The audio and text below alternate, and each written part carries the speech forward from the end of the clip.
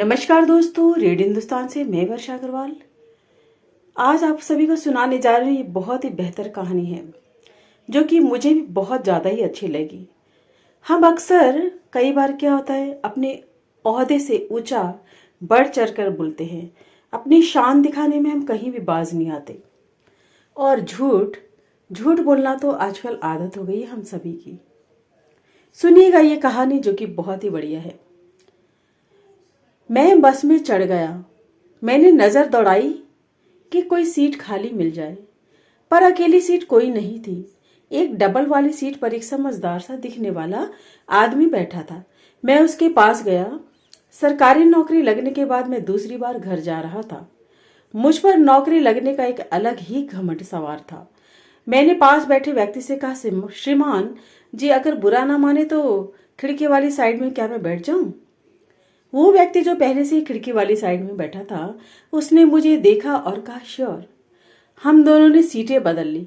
मुझे लगा कि शायद मेरी नौकरी का रौब मेरे व्यक्तित्व में झलकने लगा है, इसीलिए इस आदमी ने मुझे खिड़की वाली सीट बिना किसी ना नुकुर के दे दी। मुझे लग रहा था कि इसे मेरी नौकरी का पता चलना चाहिए ताकि और रौब बने मेरा। मैं चाहता था कि काश कोई ऐसी बात हो जाए। मैं उसे बताने के लिए बेचैन हो रहा था। अचानक मेरी मनचाही बात हुई। मेरे ऑफिस से बॉस का फोन आया।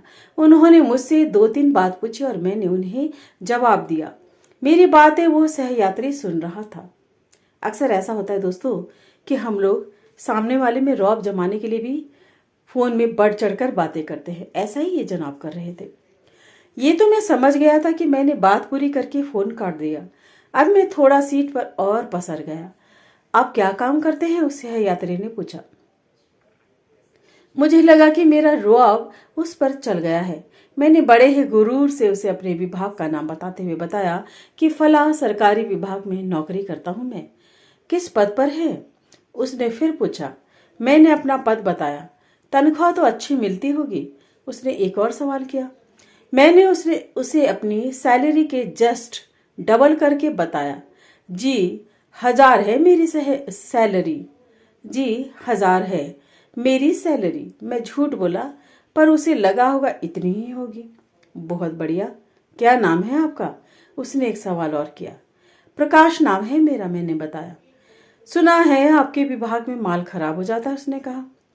नहीं जी, बिल्कुल नहीं। मैंने उसे अच्छे से कन्विंस कर दिया कि कोई माल खराब नहीं होता है। सुना है आपके विभाग में चोरी भी कर लेते हैं लोग, यानी कर्मचारी। उसने फिर शंका जताई। नहीं जी, ऐसा कुछ नहीं है। कर्मचारी बहुत ईमानदार और निष्ठावान है। आपने गलती सुना है, मैंने विरोध किया। रिश्वत तो जरूर मिलती होगी आपको, उसने फिर से मुझे गुस्सा दिला दिया। आप कैसी बातें कर रहे हैं श्रीमान? ऐसा कुछ नहीं, लोग यूं ही बदनाम करते हैं। विभाग में बढ़िया सैलरी मिलती है, कोई भी गलत काम हम लोग नहीं करते। न जाने क्यों लोग बेमतलब की बातें बनाते हैं, मैंने थोड़े ताव में कहा। उसके बाद उसने कोई सवाल न किया। मैं भी अपने कानों में ईयरफोन लगाकर गाने सुनने लगा। मुझे लग रहा था कि ये व्यापारी या ठेकेदार है जो इतना सवाल कर रहा है। मैंने उससे बात न करना ही बेहतर समझा। हम कोई 3 घंटे के सफर में साथ रहे। उस सहयात्री ने अपने बैग वगैरह बस के लिए लगेज कैरियर से उतारने के लिए शुरू कर दिए। मुझे लगा वो उतरने वाला है। उससे भी तो पूछ लूं आखिर वो क्या करता है। मैंने टोंट वाले लहजे में पूछा। श्रीमान, आपने तो मेरे बारे में सब कुछ पूछ लिया, आप भी बता दीजिए कि आप क्या करते हो। भाई प्रकाश, मैं भी तुम्हारे ही विभाग में डिप्टी जनरल मैनेजर हूँ। राम सिंह नाम है मेरा।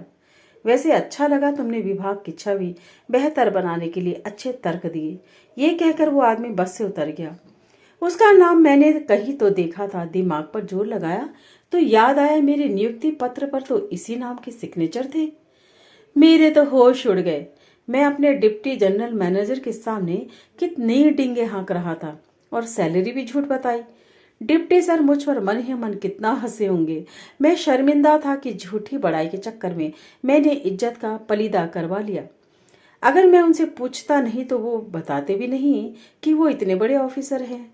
अब मुझे समझ में आ रहा था कि वो इंसान इतने बड़े पद पर क्यों है, क्योंकि वो शालीन और सभ्य आदमी है।